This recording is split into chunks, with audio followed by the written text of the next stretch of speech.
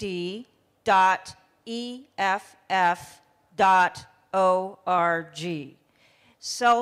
This is Surveillance Self-Defense Guide put out by the Electronic Frontier Foundation with very specific suggestions for how to protect yourself. And Kate, we have one last person in the back of the room here, and that'll be our wrap-up. Hi, thanks. I want to be a citizen, a protected citizen. I agree with many people that we should have a responsibility on what ourselves doing, right? Be careful and whatsoever. But if we need to behave all the time, and we have to like fully equip with all those security tools all the time, carrying those weapons all the time, I don't think I'm still a citizen. I'm already a soldier.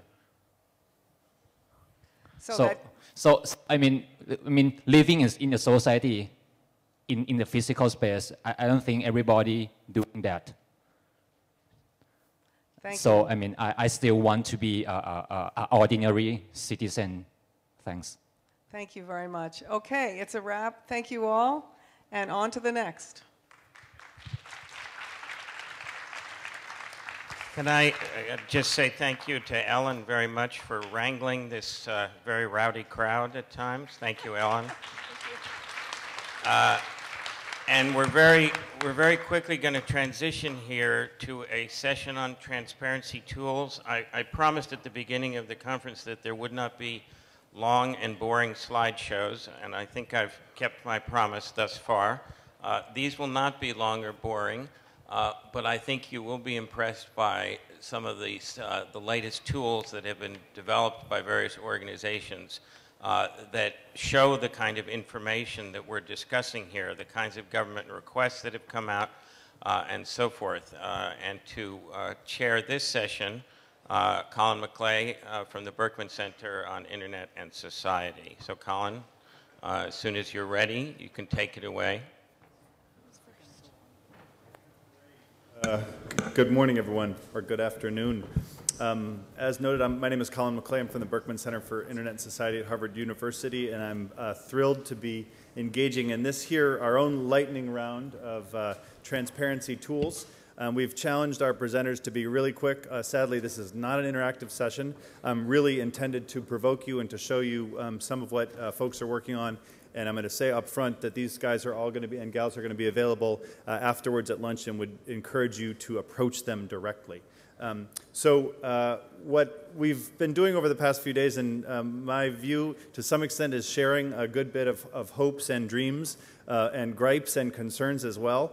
And that's been terrifically helpful. And I think one of the things that I've been listening for and have heard multiple times, not surprisingly, is the invocation of the importance of transparency and its link to accountability. Now, transparency doesn't necessarily mean accountability. It doesn't necessarily fix all the problems we want it to fix, but it seems to be an essential first step.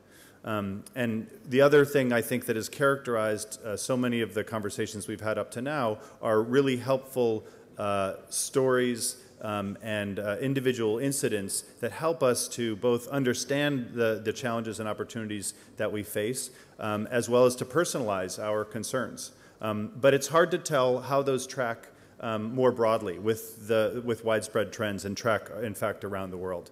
So what we hope to do with this session is to be able to give you a demonstration of tools and a meta view of tools, in fact, of ways to look at these broader trends and to use data and other information that helps us to understand, in fact, what is happening, which is, as you can imagine, so essential to policymakers and companies, but also activists, academics, and indeed to all of us as citizens. With that very brief introduction, I'm going to ask each of our demonstrators to just come up, introduce themselves ever so briefly, and launch right into their respective presentation. We are going to begin with Karl Kathuria, who's from BBC and is going to show us an internal tool and hopefully get us thinking about how we may launch into broader collaborations. So with that, I'll press it for you if you want. Okay. Thank you. Okay, so today I'll show you how we can use information that we already have to see when our websites are being blocked. I'm going to tell you a little bit about the problem we're seeing. I'm going to show you a tool that we're developing, and then where we're going with that. So I work for BBC World Service, where we deliver television, radio, and online services in 32 languages as well as English. Because of that, I think it's fair to say we do have a truly global audience. And over the past few years, we've concentrated more on delivering our services online. But some of our main services are targeted at countries where we receive reports that we're being blocked. So obviously, we need to deal with this and maybe put in systems to deal with that. But first, we need to really understand when and why our sites are unavailable. So because these are our websites, we have access to lots of data about them. We have terabytes of server logs, and we have statistical packages that tell us all sorts of things about the content that we're serving. We can also see from these logs where every computer that accesses the BBC is coming from to a fairly high degree of accuracy. Now, some of you over the past couple of days will have met Giang. He's the head of our Vietnamese service. And he came to me a couple of months ago and asked if I knew that his site was unavailable at that point in Vietnam. And to be honest, I didn't really know what to tell him. So I set that as a challenge to my team. With the information that we have, how can we see when our sites are unavailable? So this is what we came up with. First, we take a look at the data that we're serving out, and we can get this down to the country level. So you're actually seeing a week here of data being served into Vietnam. What you see is every day there is a morning peak, a lunchtime peak, and an evening peak, and then it dips down overnight. So every day the actual numbers are different, but the patterns are pretty similar. So we can start looking at that in more detail. And our next step is to normalize that data. That is, we look from day to day, week to week, hour to hour, and we come up with an expected level of traffic. And we can then begin to report on any deviations from that. So looking at this over a longer period of time, this is a week of data being served into Vietnam. What you're seeing here is in the middle, you have what we call our normal line. That's the level of data that we expect. Now, obviously, we've got a fairly short period of data that we've collected so far. So we are seeing some variations from the norm.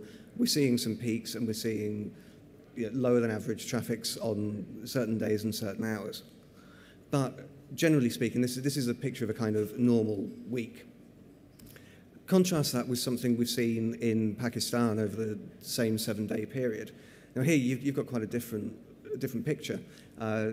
Because of the volatility of the news being reported and the short the short time period for which we've collected this data, we're seeing some quite big peaks. Now, in yellow on this graph, you're seeing when we've had a lot of traffic to the site, and that's generally when news stories have been breaking. But you're also seeing some dips into the red. That means that there's an alert, and we need to look at it in more detail. So the next question really is, what do we do at this point? How do we know if an alert is because of a block or just because there's an infrastructure problem somewhere? Well, the great thing about this system is that we can then drill down into this for more information. If you see a red line and click on it, then you're going to get access to more information. Now, I've been speaking with Google and with Herdict, who you're going to hear from after me, about how we can combine what we're doing with the information and systems that they have so that we can see what that bigger picture is and actually understand more about what these alerts are. So where are we going with this? Well, I'm part of a technical team, so I need access to all of this information, and ultimately I'm going to need to act on it. But I also need to provide information to our language services and to management that actually gives them a picture of what's happening out there. So we're looking at things like this, which is an at-a-glance calendar view, just showing us what's happened so far in September. And again, on certain days, we're seeing much lower than normal traffic in certain countries. Again, if people click on that data, then they can see news and information from other sources about what's causing that alert. So basically, as I said at the beginning, we can use the information that we already have to show when our sites are unavailable, possibly when they're being blocked. What you've seen, though, obviously, is just really a snapshot of a system that we're developing. And if you'd like to see it in more detail with some live data, then please do come and see me afterwards. I'm also keen to hear from any of you who have any ideas of how we can develop this further and where we can go with it next.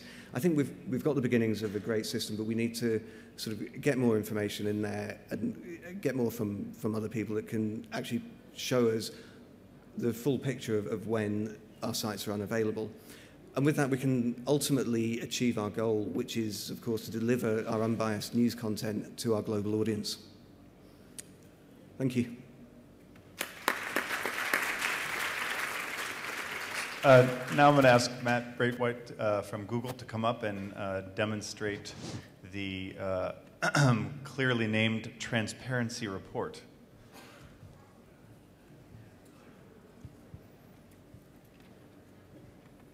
Yeah. All right. Okay.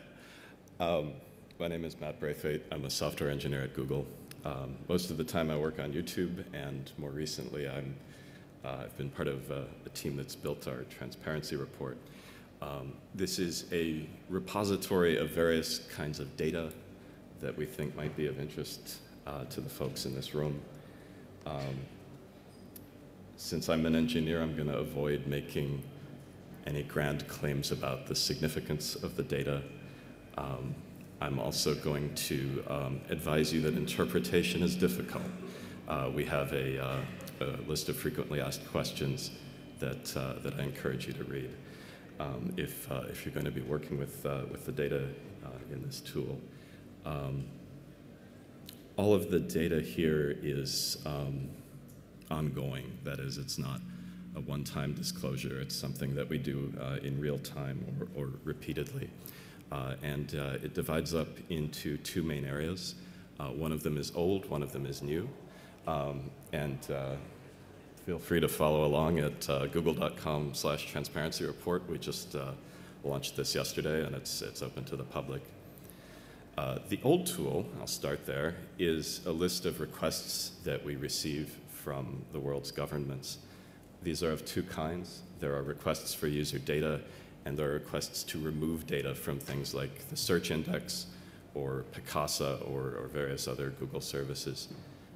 You can see the gross numbers here in this table, and then for finer numbers, you can click on the marker for any of the countries on the map from whom we have received requests.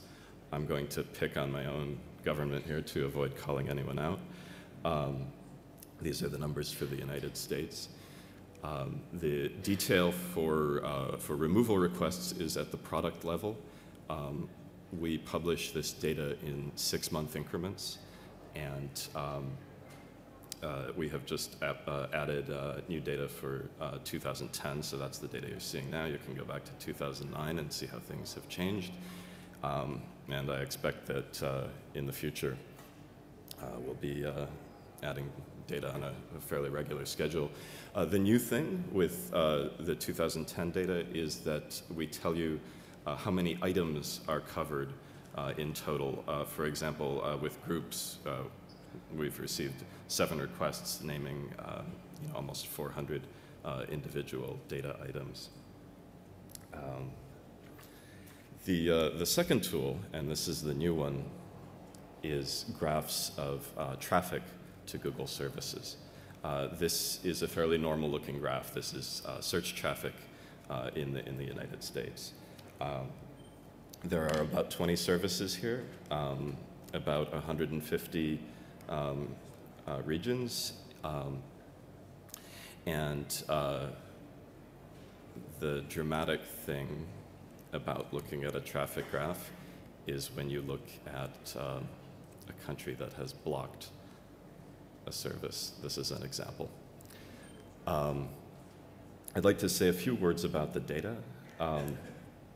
Most interesting is that it only goes back to 2009. Because of the way that we normalize the data, you can't really tell if there was a blockage before 2009.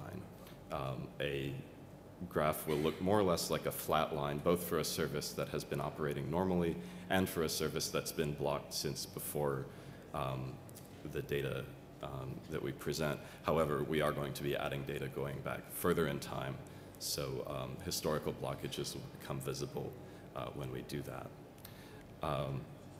The other interesting remark about the data is the leading edge of the data, which, as you can see, is about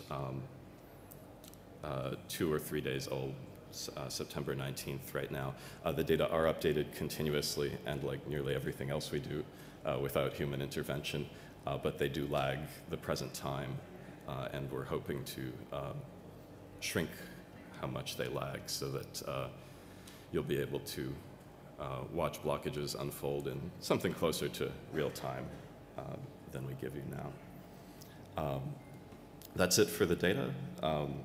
I'd like to ask if you have suggestions, improvements to suggest, or even usages that you can think of, that you please come find me over lunch and tell me about those, because I and the rest of the team would be very keen to hear those. One improvement that's coming up soon is that we're going to be launching this in 6 languages to make it more, to make it accessible to a wider population. I'm sorry we didn't have that here for you today, but it's coming soon. Thank you. Thanks, Matt. So now we're going to have Jillian York, a colleague from the Berkman Center. We've just heard about 2 different company attempts to do this, internally and externally, using information that they only have available. So you may be asking yourself, what can you do to participate? And with her demonstration of HERDIC, Jillian's going to tell you. Hi. My name is Jillian York. I work at the Berkman Center on a few different projects. Yesterday, you heard from my colleague, Rob Ferris, who talked a little bit about the OpenNet initiative's efforts to track internet filtering around the world. So out of the OpenNet initiative came a new project last year called HERDICT.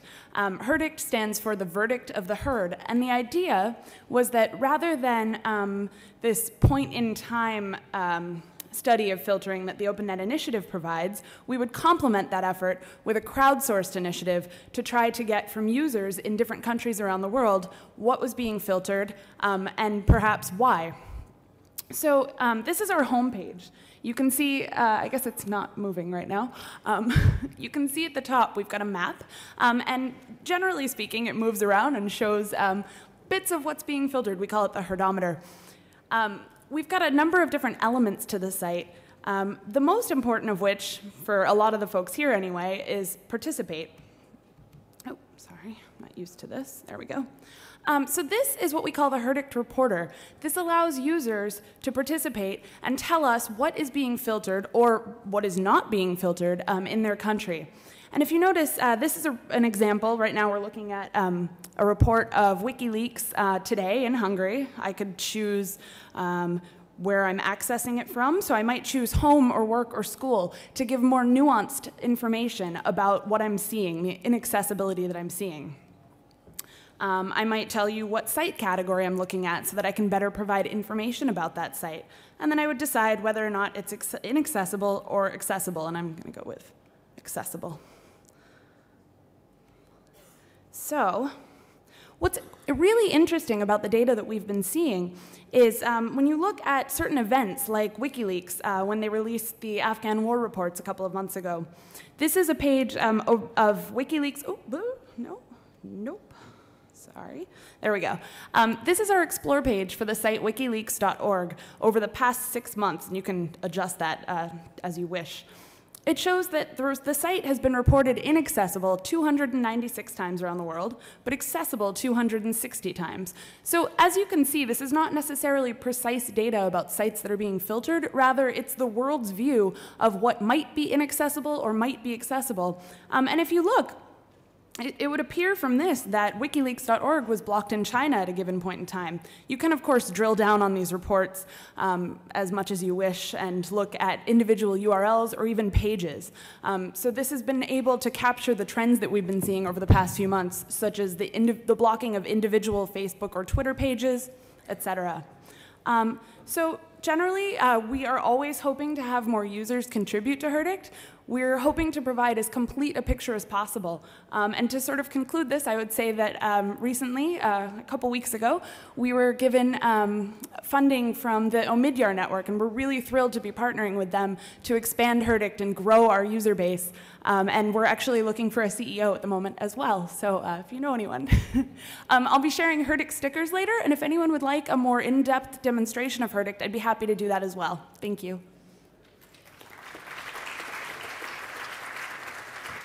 Thanks, Jill. And now Anas Qtiesh, who's the Middle East and North Africa researcher for the Technology for Transparency Network, which is part of Rising Voices and Global Voices. Hello. So my name is Anas Qtiesh, and I'm going to be talking about the Technology for Transparency Network. We are a team.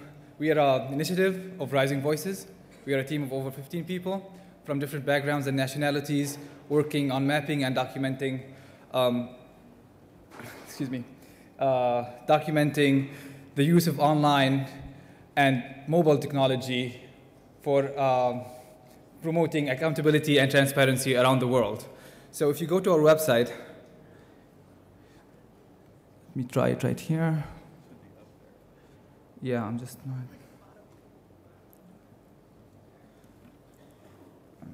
Okay, got it, thank you. If you go to our website, you can see a map of all the cases we've been working on.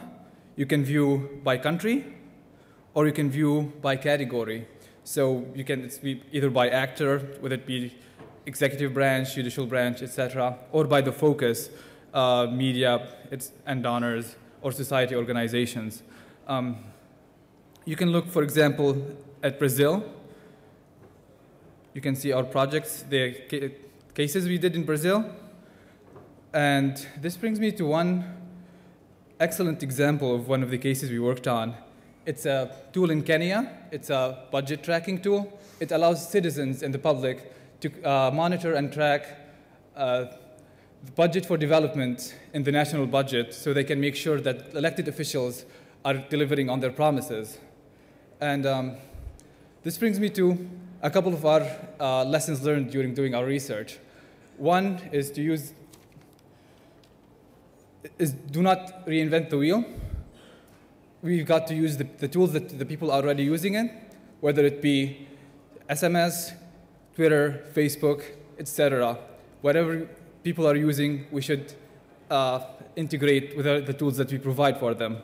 The other important lesson is to go mobile. There are currently three times more mobile users than there are internet users, which gives you access to a greater audience. Our first phase of our research, we documented 37 cases that are currently on our website, and we will be publishing our final report and the further cases that we documented in our second phase of the project in mid-October. We aim to share the projects that we've documented with you and demonstrate their impact and the methodologies behind them. Feel free to contact me for further information during lunch or whenever you like. And for more information, also, you can follow us on Twitter at @TechTransparent. Thank you.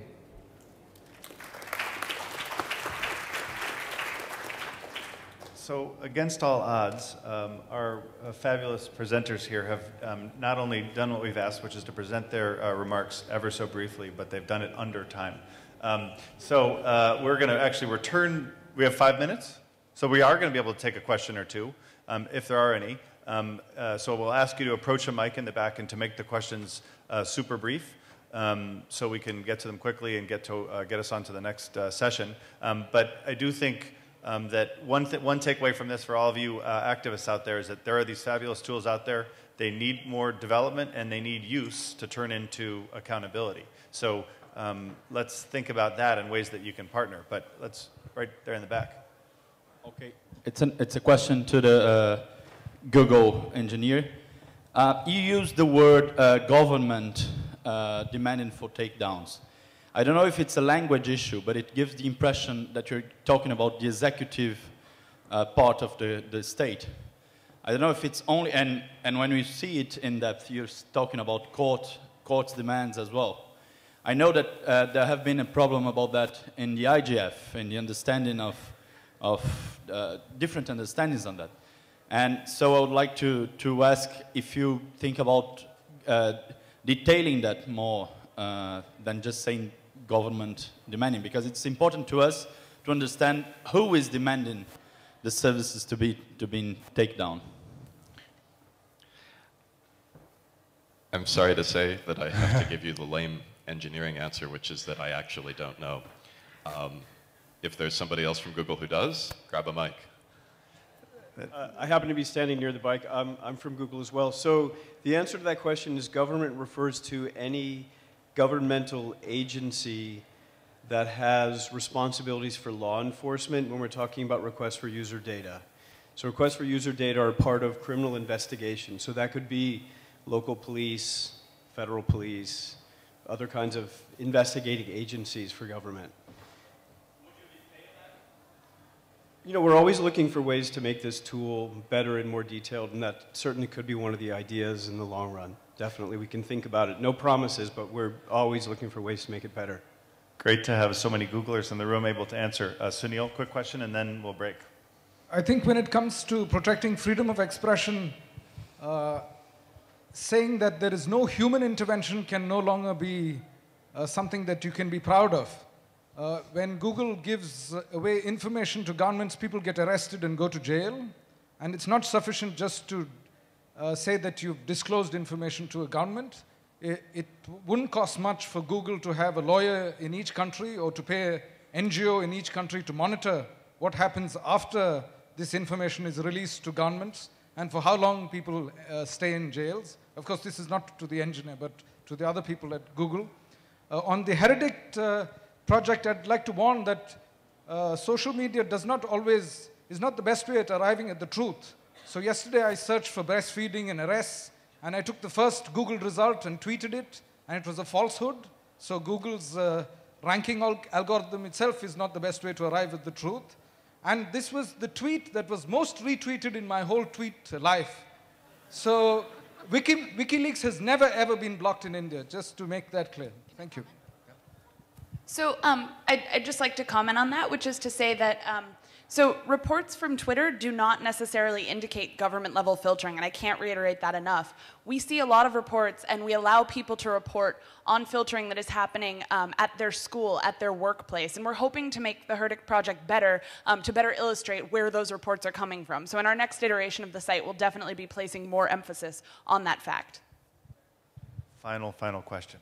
A very quick question to the BBC and Google's traffic monitoring efforts. I would like to know how much you think is the risk that it's possible to simulate access to your website so that it looks normal, but in fact in this country there is a blockage. It is just a simulation of access.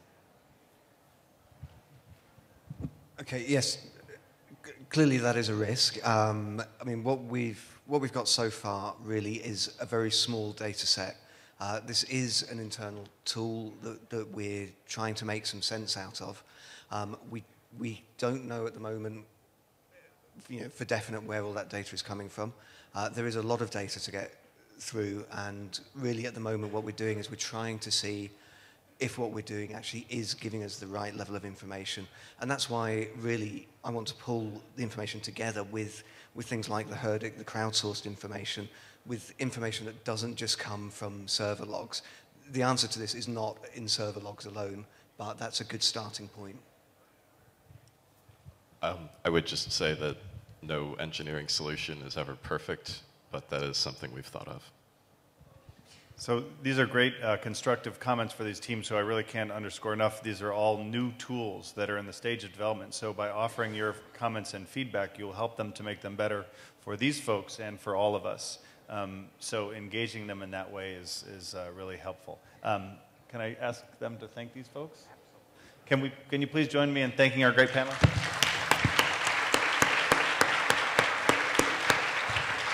And I want to say thank you to Colin and to this remarkable group for keeping to time. I wanted to note that those were 4 presentations done in 26 minutes. And any of you who have been to internet conferences know that that's well nigh impossible. In response to Sunil, you are in deep trouble because you think like I do. We are, in fact, considering how best to set up trusted legal clinics in the countries where we have the biggest trouble with government requests, so that we can track where those requests have come from and offer legal assistance to people who have had their information requested. So you are in deep trouble because you're thinking like me, and that is a dangerous thing. Okay, we are now going to do two things. The first thing I'm going to ask is for anybody who is leading one of the workshops at 3 o'clock, there are 4 of you in this room, you know who you are, to come up to the stage once we break here so that we can have a brief orientation for the 3 o'clock sessions. And the second thing is, to those of you who are in search of lunch and so forth, we are going to go back to where we had coffee yesterday morning at the university. So if you follow the people out the door, take a left, it's just 100 feet down the road, and that's where lunch will be. Again, thanks to this panel, and we'll see you at 1:30? 1:30. Thanks very much.